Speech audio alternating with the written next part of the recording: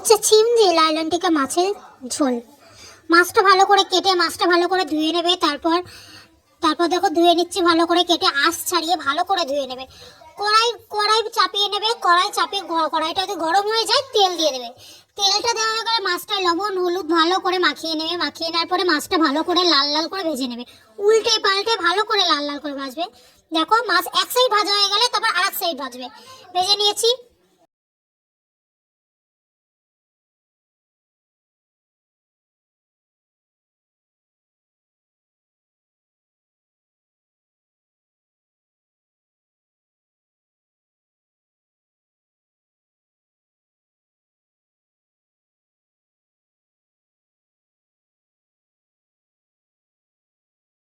তারপর দেখো মাছ ভাজা হয়ে গেছে, নামিয়ে নিচ্ছি।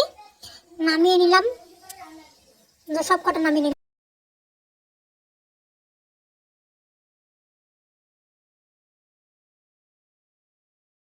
বাজার থেকে আমরা সিম কিনে নিয়ে এসেছি। দেখো ছোট ছোট সিম, এগুলো কিভাবে কাটতে হয় দেখে দিচ্ছি। পাশ থেকে আঁশগুলো ছাড়িয়ে নেবে, তারপর দুপাশে মাথা কেটে নেবে, মাঝখান দিয়ে ফেলে নেবে।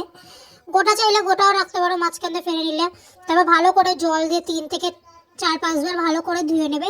কড়াই গরম হয়ে গেলে কড়াইতে তেল দিয়ে দেবে।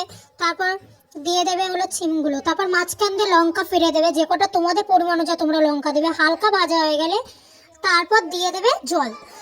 জল দেওয়া গেছে, লবণ হলুদ দিয়ে ভালো করে নাড়িয়ে নেবে। তারপর জলটা ফুটে গেলে একটু ফুটার সাথে সাথে মাছ দেবে না, কিছুক্ষণ পর মাছ দেবে।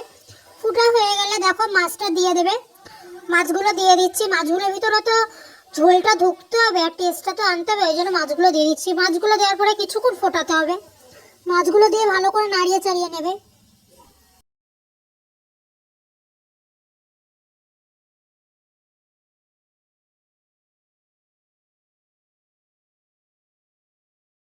তারপর তো এই তরকারিটা তো ফোড়ন দিতে হবে না, ওই জন্য তো জিরে বাটতে হবে, জিরে ভাজতে হবে। ওই জন্য একটা গাবলায় তরকারিটা নামিয়ে নেবে।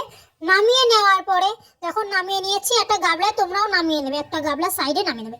তারপর কড়াইটা ভালো করে মেজে নেবে। মাজা হয়ে গেলে কড়াইটা গরম হয়ে গেলে তেল দিয়ে দেবে। তেল গরম হয়ে গেলে তারপর পরিমাণ মতো অনেকটাই জিরে দেবে। জিরে তো বাটতে হবে আর একটু রেখে দিতে হবে তরকারির জন্য। জিরেটা দিয়ে দেবো, দিয়ে ভালো করে লাল লাল করে ভেজে নেব। জিরেটা দিয়ে দিয়েছি, দেখো দিয়ে দিয়েছি। এবার ভালো করে লাল লাল করে আমরা ভেজে নেব। দেখো ভেজে নিচ্ছি, একদম সাদা সাদা থাকবে না, জিরেগুলো লাল লাল হয়ে যাবে। যেরকম ভাবে দিচ্ছ ওরকম ভাবে কিন্তু থাকবে না, জিরেটা লাল হবে তখন তুমি নামিয়ে নেবে।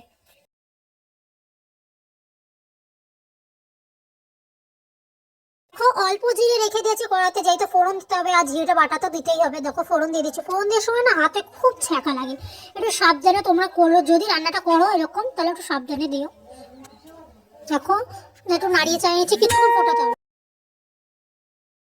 বাটা হয়ে গেছে। যখন মিক্সিতে যদি বাটো তাহলে জল দেবে না, আর যদি শিলেও বাটো শিলেও জল দেবে না। আর যদি জল দিতে চাও তাহলে হালকা পরিমাণে একদম জল দেবে। দিয়ে জিরেটা ঢেলে দিয়েছি, বাটা জিরেটা ভালো করে নাড়িয়ে চাড়িয়ে নিচ্ছি। দেখো এইভাবে খেয়ে দেখো, খুব ভালো লাগবে।